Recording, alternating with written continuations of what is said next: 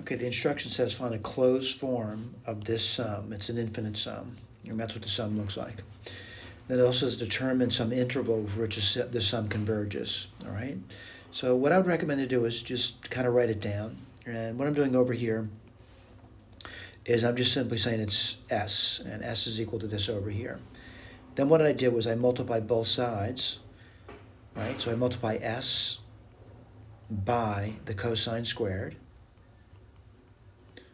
Now, if I multiply the left-hand side, you multiply the right-hand side, what would you get? You would get cosine 4 plus cosine 6 plus yada, yada, yada. So let me point out where that is. That's right over here, right? I'm looking at these two equations now, and I subtract them. So what would you get? You would get s minus cosine squared x times s. And what happens over here, there's a lot of cancellations, all right? These are all canceling off, and it goes on forever, and they just keep canceling. What are you left off with? Cosine squared. I factor the s out. Oops, I didn't do that, did I? You factor the s out. What are you left off with? 1 minus cosine squared of x equals cosine squared of x. Then what do? Well, divide both sides by the coefficient on s. And what do you get? S equals cosine squared x, 1 minus cosine squared x. Well, the top's pretty easy, just simply cosine squared. And the bottom is just simply sine squared.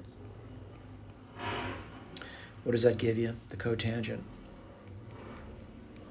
squared, all right? Where's that written? Right over here. So that sum is equals over here. Now the big question is, what does it converge for? What interval does it converge for? There's actually an infinite number of them, but I just want to find one, all right? So what do I need to remember? That this is geometric, and I need to know what the r is in the problem. And what's the r in the problem? The r in this problem is just simply cosine squared. That's a common ratio.